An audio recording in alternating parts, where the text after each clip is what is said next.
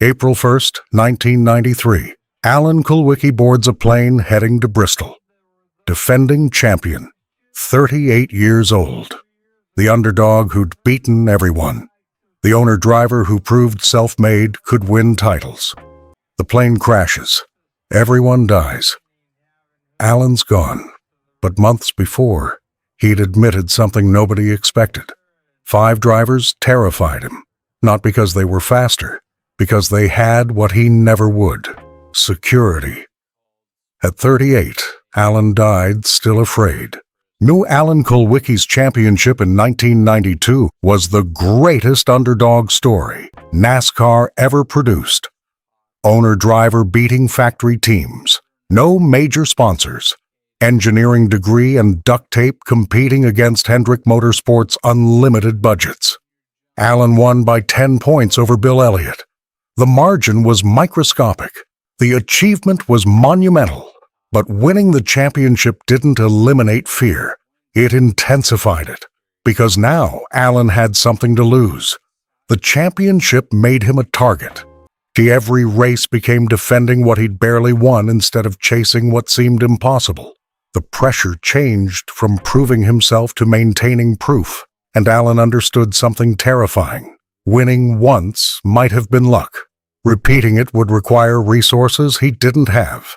The 1993 season started badly. Equipment failures, crashes, finishes outside the top 20. Alan watched his championship defense crumble while factory teams with backup cars and spare parts raced past him. The fear he'd carried during the championship season grew heavier. Maybe 1992 was the peak. Maybe lightning doesn't strike twice for underdogs. Months before the plane crash, Alan talked to crew members about drivers who scared him. Not in interviews, not publicly. Just honest conversations about who made defending the championship feel impossible. 5 names came up repeatedly. 5 drivers who had advantages Alan's owner-driver setup couldn't match.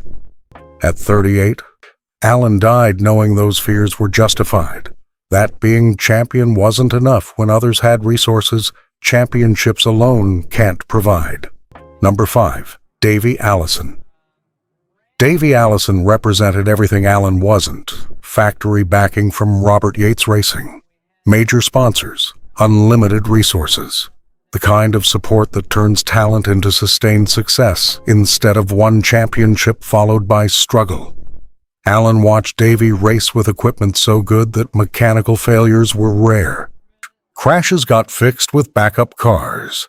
Bad weekends meant regrouping with fresh chassis.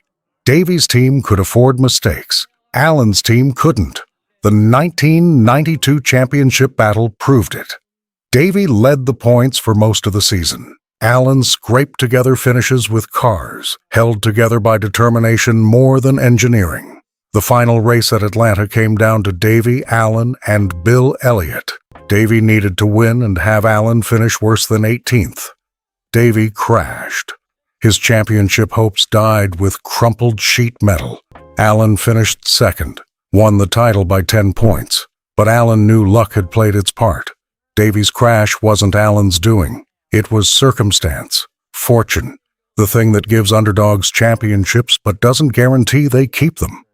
Watching Davey race in 1993 with new equipment and renewed championship hopes terrified Alan, because Davey's team could rebuild from bad weekends.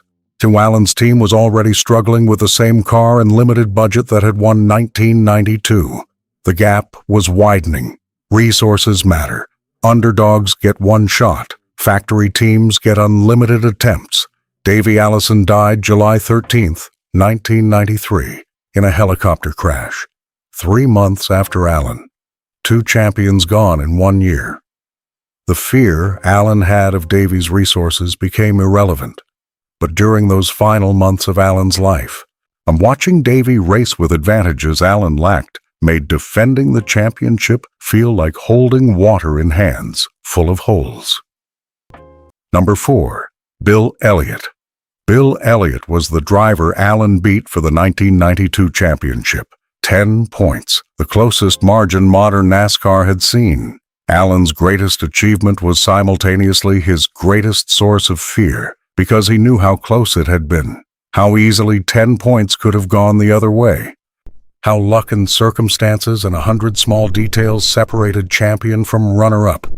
Bill drove for Junior Johnson, factory backing, major sponsors, the kind of operation that should win championships. Bill had won the 1988 title, had the resume, had the resources, and Alan had beaten him by margins so thin they felt like mathematical errors instead of dominance. The fear came from understanding the championship hadn't proven Alan was better. It proved he'd gotten lucky at exactly the right moments. Bill had led more laps, won more races that season, had better average finish.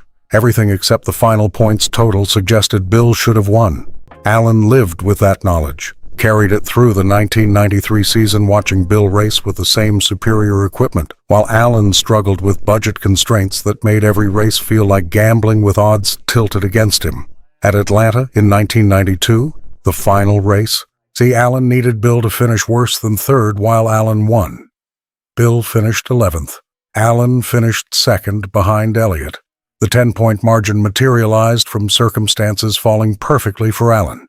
But Alan knew circumstance was temporary. Bill's resources were permanent. Factory backing doesn't disappear. Owner-drivers running on fumes don't get multiple chances. Alan had gotten one, used it perfectly, and spent 1993 terrified that perfection was unrepeatable. Bill Elliott scared Alan because beating him once felt like miracle.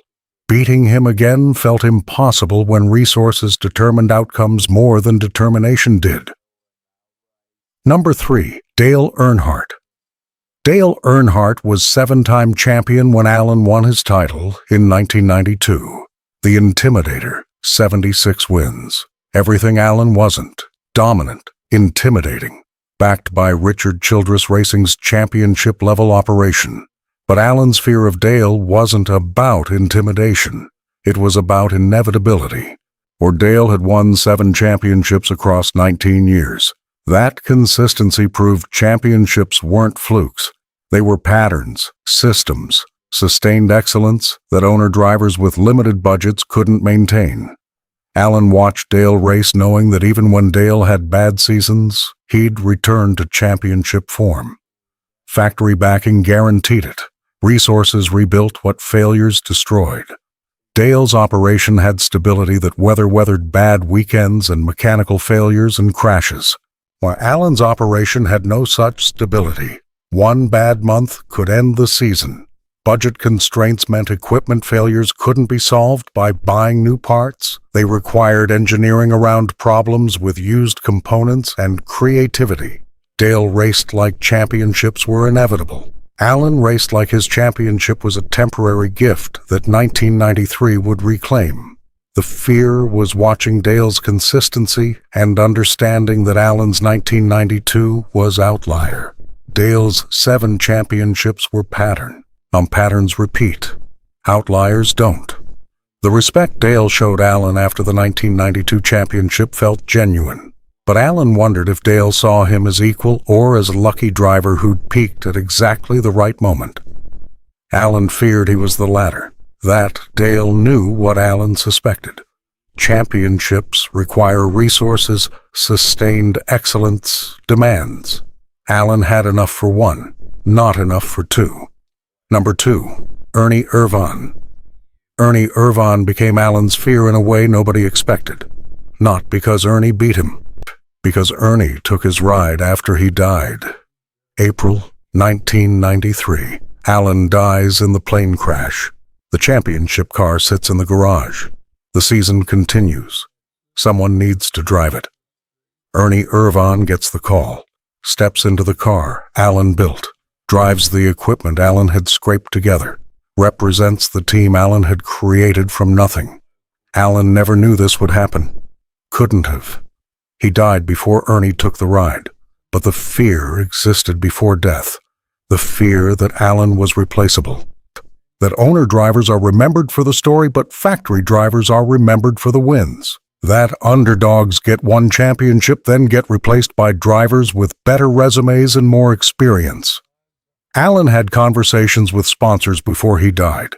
heard questions about whether he could repeat 1992, felt doubt that his owner-driver setup could sustain championship performance, understood that sponsors valued consistency over Cinderella stories, see that money flows toward proven winners, not one-time champions. The fear was knowing that if Allen couldn't defend the championship, someone else would drive the car. That being owner-driver meant owning the team, but not guaranteeing the seat. That championships don't buy security, they buy scrutiny. Ernie Irvan taking the ride after Allen's death proved the fear was justified. Teams continue. Drivers are temporary. Even champions. Even owners. The car matters more than the person driving it when business decisions override sentiment. Alan Kulwicki feared Ernie Irvan not because Ernie was better, because Ernie represented the truth Alan lived with daily. That racing is business. Champions are investments, and investments get replaced when returns decline. Number 1. Financial insecurity. The driver Alan Kulwicki feared most wasn't a driver. It was financial insecurity. The constant pressure of being owner-driver with limited budget competing against factory teams with unlimited resources. The fear that made every race feel like survival instead of competition. Alan won 5 races total, 1 championship. Numbers that proved talent. But those 5 wins required perfection Alan couldn't maintain without resources he didn't have. Every mechanical failure cost money Alan's budget couldn't spare. Every crash required rebuilding cars instead of replacing them. Every bad weekend meant sponsors questioning whether investment was worth continuing. The 1992 championship should have solved financial problems. Champions attract sponsors. Winning brings money. Alan believed that, hoped for it, needed it desperately. But 1993 proved otherwise. Sponsors wanted sustained performance. Defending champions who proved 1992 wasn't luck.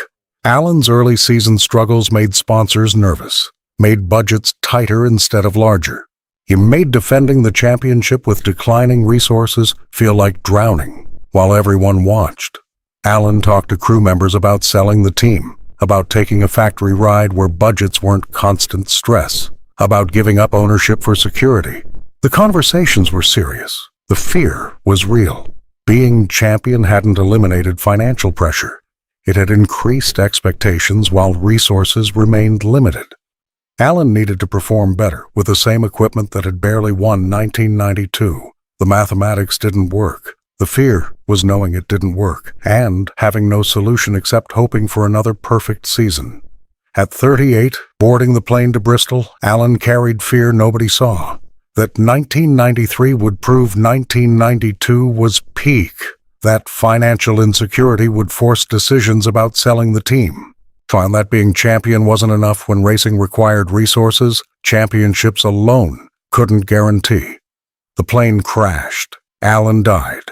The fears died with him, but they'd lived in him through the championship season and every day after. The fear of being owner-driver competing against factory money. The fear that one championship wasn't enough to build security. The fear that underdogs get one shot, and Alan had used his.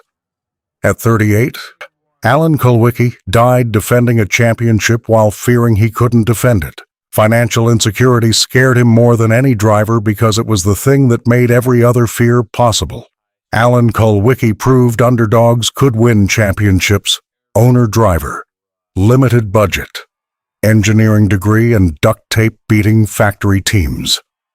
The 1992 championship was NASCAR's greatest Cinderella story. But behind the triumph was fear nobody saw. Davey Allison, Bill Elliott, Dale Earnhardt saw Ernie Irvan, and financial insecurity taught him that winning once doesn't guarantee winning twice. That resources matter more than determination when championships require both. At 38, Alan died in a plane crash defending what he'd barely won, still afraid security would never come. Subscribe for more untold racing stories revealing what champions feared when underdogs couldn't stay on top.